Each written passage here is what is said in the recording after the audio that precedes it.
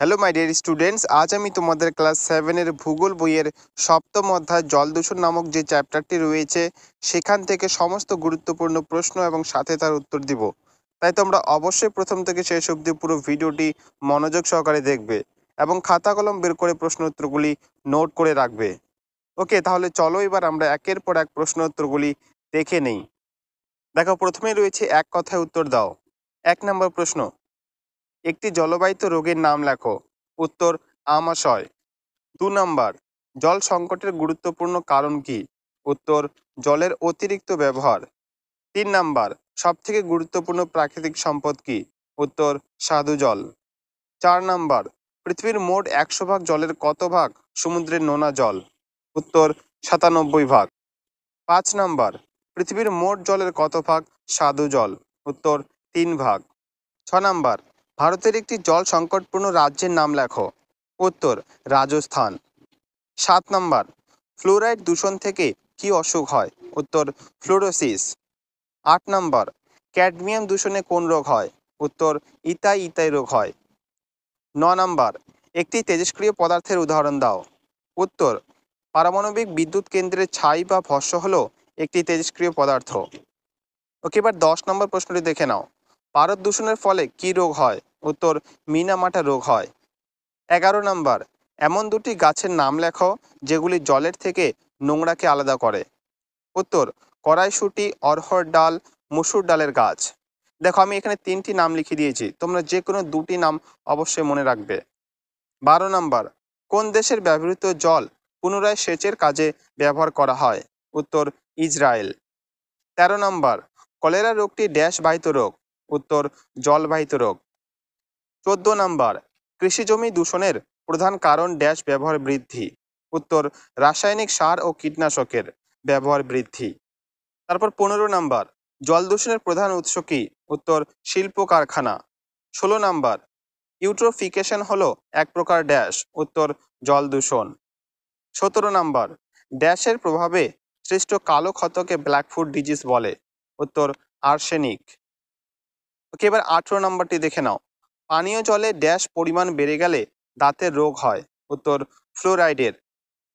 19 নম্বর, বিশুদ্ধ জলে পিএইচ এর মান কত? উত্তর, 7। ওকে, এবার 20 নম্বর প্রশ্নটি দেখে নাও। 100 ডিগ্রি সেন্টিগ্রেড উষ্ণতায় ড্যাশ মিনিট ফোটালেই জলের বেশিরভাগ জীবাণু নষ্ট হয়ে যায়? উত্তর, 10 মিনিট ফোটালেই। ওকে, এবার দেখো আমি পয়েন্ট করেছি, 2-1 কথায় উত্তর দাও। তোমাদের 2 নম্বরের জন্য এই চ্যাপ্টার থেকে যে প্রশ্নগুলি পড়তে হবে তোমরা এবার সেগুলি দেখে নাও। প্রথম প্রশ্ন, জল দূষণ কাকে বলে? উত্তর, মানুষের বিভিন্ন অবিবেচনা প্রসূত কার্যকলাপ ও বিভিন্ন প্রাকৃতিক কারণে জলে অবাঞ্ছিত রাসায়নিক বা জৈব পদার্থ, জীবাণু মিশলে সেই জল মানুষ এবং জলজ উদ্ভিদ ও অন্যান্য প্রাণীর ব্যবহারের অযোগ্য হয়ে ওঠে। একেই জল দূষণ বলে। 2 নম্বর, গৃহস্থালির বর্জ্য কিভাবে জল দূষণ ঘটায়?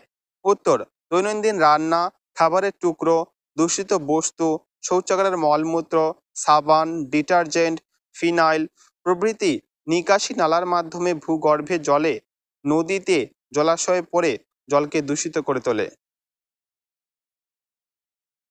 3 নম্বর, কৃষিক্ষেত্র থেকে কিভাবে জল দূষণ ঘটে?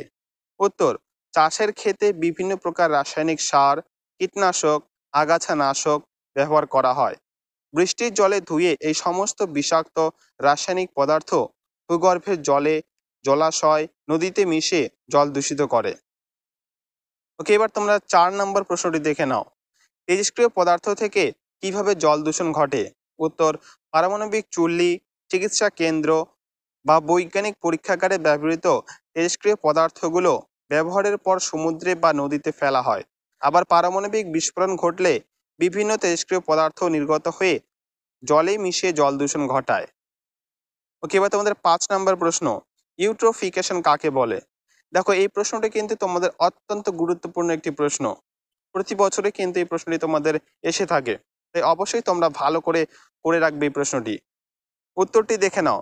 সাবান, ডিটারজেন্টের ফসফেট বদ্ধ পুকুর বা জলাশয়ের জলে মিশলে প্রচুর পরিমাণে শৈবাল, আগাছা, কচুরিপানা বেড়ে যায়। এর ফলে জলে দ্রবীভূত অক্সিজেনের পরিমাণ কমে গিয়ে মাছ ও জলজ প্রাণীরা মারা যায়। একে ইউট্রোফিকেশন বলে। ওকে, এবার তোমরা 6 নম্বর প্রশ্নটি দেখে নাও। ব্ল্যাকফুট রোগ কি? উত্তর, অতিরিক্ত আর্সেনিকের প্রভাবে পায়ের তলায় ও হাতের তালুতে কালো ছোপ ছোপ দাগ দেখা যায়, একে ব্ল্যাকফুট ব্যাধি বলে। ওকে, এবার দেখো আমি তোমাদের পয়েন্ট করেছি সংক্ষিপ্ত ব্যাখ্যামূলক প্রশ্ন উত্তর। এখানে আমি তোমাদের 3টি মাত্র বড় প্রশ্ন দিয়েছি। এই 3টি প্রশ্নই কিন্তু খুবই গুরুত্বপূর্ণ, তাই তোমরা অবশ্যই ভালো করে রাখবে। ওকে, প্রথম প্রশ্নটি দেখে নাও। জল দূষণের প্রধান উৎসগুলি আলোচনা করো। উত্তর, জল দূষণের প্রধান উৎসগুলি হলো: 1 নাম্বার, শিল্প কারখানা থেকে জল দূষণ, পেট্রো রাসায়নিক শিল্প, পলিথিন প্লাস্টিক শিল্প, খনিজ তেল পরিশোধন শিল্প, এরকম আরও বিভিন্ন রকম শিল্প থেকে নির্গত দূষিত রাসায়নিক পদার্থ যেমন অ্যামোনিয়া, ক্লোরিন, ফেনল, পারদ, সীসা প্রভৃতি নর্দমা দিয়ে নদী বা সমুদ্রের জলে মিশে জলকে দূষিত করে। 2 নাম্বার, গৃহস্থালির বর্জ্য থেকে জল দূষণ, দৈনন্দিন রান্না, খাবারের টুকরো, দূষিত বস্তু, শৌচাগারের মলমূত্র, সাবান, ডিটারজেন্ট, ফিনাইল প্রভৃতি নিকাশি নালার মাধ্যমে ভূগর্ভের জলে, নদীতে, জলাশয়ে পড়ে জলকে দূষিত করে তোলে। 3 নাম্বার পয়েন্ট, কৃষিক্ষেত্র থেকে জল দূষণ, চাষের ক্ষেতে বিভিন্ন প্রকার রাসায়নিক সার, কীটনাশক, আগাছানাশক ব্যবহার করা হয়। বৃষ্টির জলে ধুয়ে এই সমস্ত বিষাক্ত রাসায়নিক পদার্থ ভূগর্ভের জলে, জলাশয়ে, নদীতে মিশে জল দূষিত করে।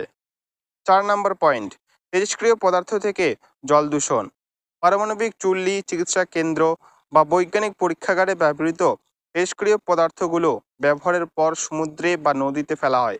আবার পারমাণবিক বিস্ফোরণ ঘটলে বিভিন্ন তেজস্ক্রিয় পদার্থ নির্গত হয়ে জলে মিশে জল দূষণ ঘটায়।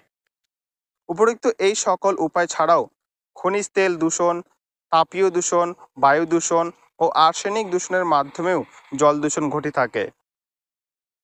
ওকে, এবার তোমরা 2 নম্বর প্রশ্নটি দেখে নাও। কিভাবে জল দূষণ প্রতিরোধ করা যায়?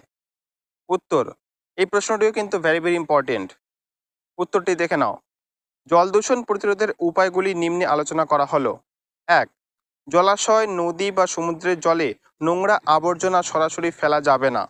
গরু মোষ স্নান করানো, কাপড় কাচা বন্ধ করতে হবে।